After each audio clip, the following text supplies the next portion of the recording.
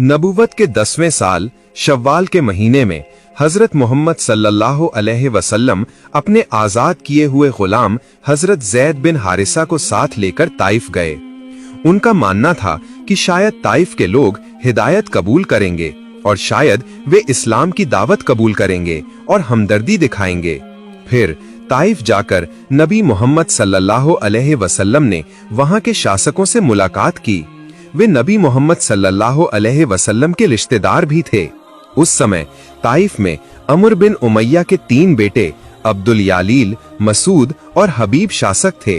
ये सभी बनु सकीफ कबीले के लोग थे। रसूलुल्लाह सल्लल्लाहु अलैहि वसल्लम ने उन्हें इस्लाम की दावत दी। उन्होंने उन्हें सच्चाई को अपनाने का आह्वान किया और उनसे मदद मांगी। उन्होंने उनसे कहा, शिर्क और कुफ्र छोड़ दो, अल्लाह की तौहीद को मानो, ईमान लाओ।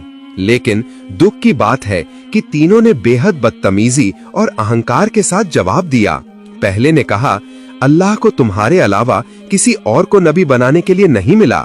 दूसरे ने कहा, काबा शरीफ के लिए इससे बड़ी बेइज्जती और क्या हो सकती है कि तुम्हारे जैसे व्यक्ति को नबी बनाया गया है।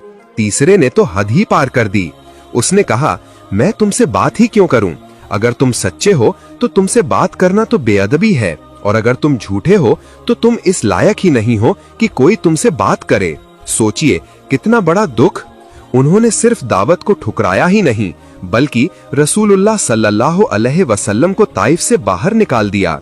इतना ही नहीं, बल्कि उन्होंने ताइफ के उपद्रवी और आवारा लड़कों को उकसाया, जाओ मोहम्मद को परेशान करो, तकलीफ दो, पत्थर मारो।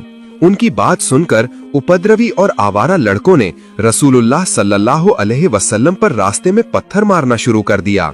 इतने पत्थर लगे कि हजरत मोहम्मद सल्लल्लाहु अलैहि वसल्लम गंभीर रूप से घायल हो गए। खून बहते बहते उनके जूतों में भर गया।